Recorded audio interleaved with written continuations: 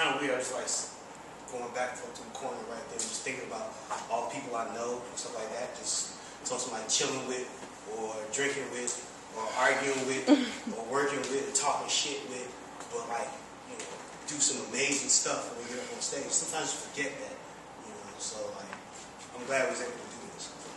Really. Growing old makes us feel like getting old. It takes too much of the day. Time is passing us by, and no one really wants to die this way. But it was only yesterday we were in it all. Getting old, we were in it all. Getting off of it. I'm a child of Sesame Street and Reaganomics. Cosby's, Keaton's, and the Three Mikes. Jordan, Jackson, and Tyson. Chicken, brought in microwave plastic boxes. Early memories of fast food family dinners where we devoured high fructose worms that covered brown similar to cut potatoes, brown like coca beans, transformed into base-heavy rock salt, fries with sugar salt mix, commercials that bribed sister and out of harassed dad to detour drive through ticky-tack-toy assault. So I've always lived in a box. Stucco, drywall, and stucco, product of plastic. Asbestos led me to write this. Asthma made me a horrible football player, but a great complainer.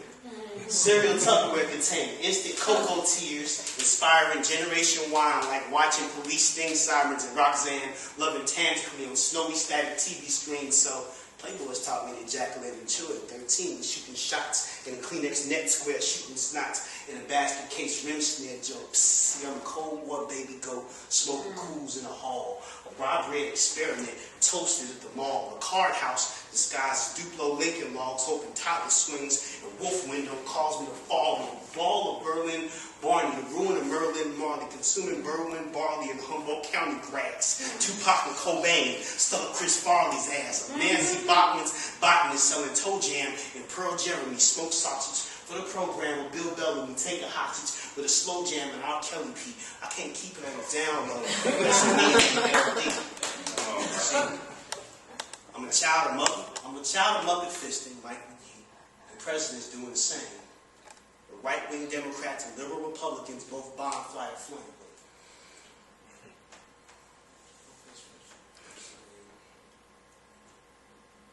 With franchise, rape, gambling, and molestation share first names. The right-wing Democrats and liberal Republicans both bonfire flames. Flu strains, Borden beakers, test tube contained. White rats with goggles. Coca beans spliced up in the bottles, broken down in vials, and shipped off the street corners of split black and mild starter jackets and gold chains. Scarface mixed society menaces sitting on New Jack City swings. Commercials bribing $250 cash register rings for sweatshop shoes that shoot little kids for bling and turn them into power line ornaments. Ticky-tacky little things. I've always been and always will be stubborn as hell. As you lay in a pool of your own situation, you stare at a ceiling that you are not paying rent under and wonder why this green bedspread makes you feel so lullaby. Why you know yesterday this woman hated your back. Today reframed you on a message on the Millennial Party Line website. Friday night refied fuck buddyism is only suitable in sub-zero temperatures. You don't ask why. It's just fucking bone chill outside and everyone needs warmth. You and yours left town for a weekend. You dream of being in a Californication episode where your Hank is painted blue between McCoy and Moody to the point where you know what swimming while drinking in the deep end does, but you're a mutant whose powers are to breathe upside down in adversity and bask in your own mortality while floating. Then you end up at a bar where a shroomed hippie pimp draws out the fourth dimension on a napkin, and he shows you that the fourth dimension is not time, it's shadow, which makes more sense because time used to be measured in the depth of shadow while dyed by sunbeams. Then you see the green bedspread again against the 4 a.m. shadow, wondering David Byrne-like, same as you always do.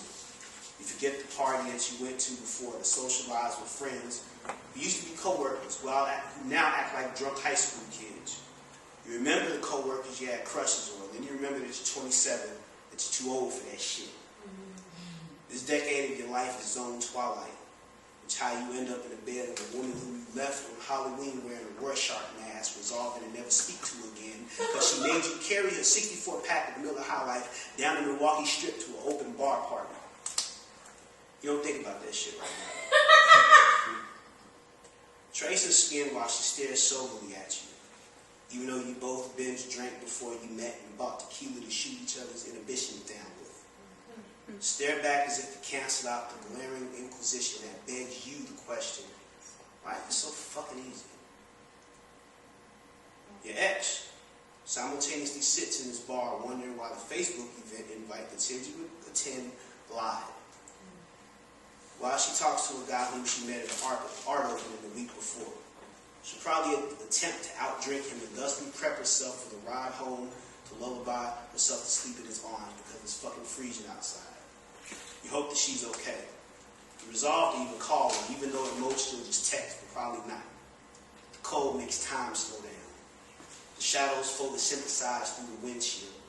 You wish you could seep into the crevices of this limbo moment while you press closer to this woman's chest, hoping her heartbeat slows the metronome. It only reminds you of what you're missing, what you allowed to be torn out a few winters ago, while you attempt to make love to strangers and fuck friends fast so that you can see how far your insanity stretches thresholds of flesh.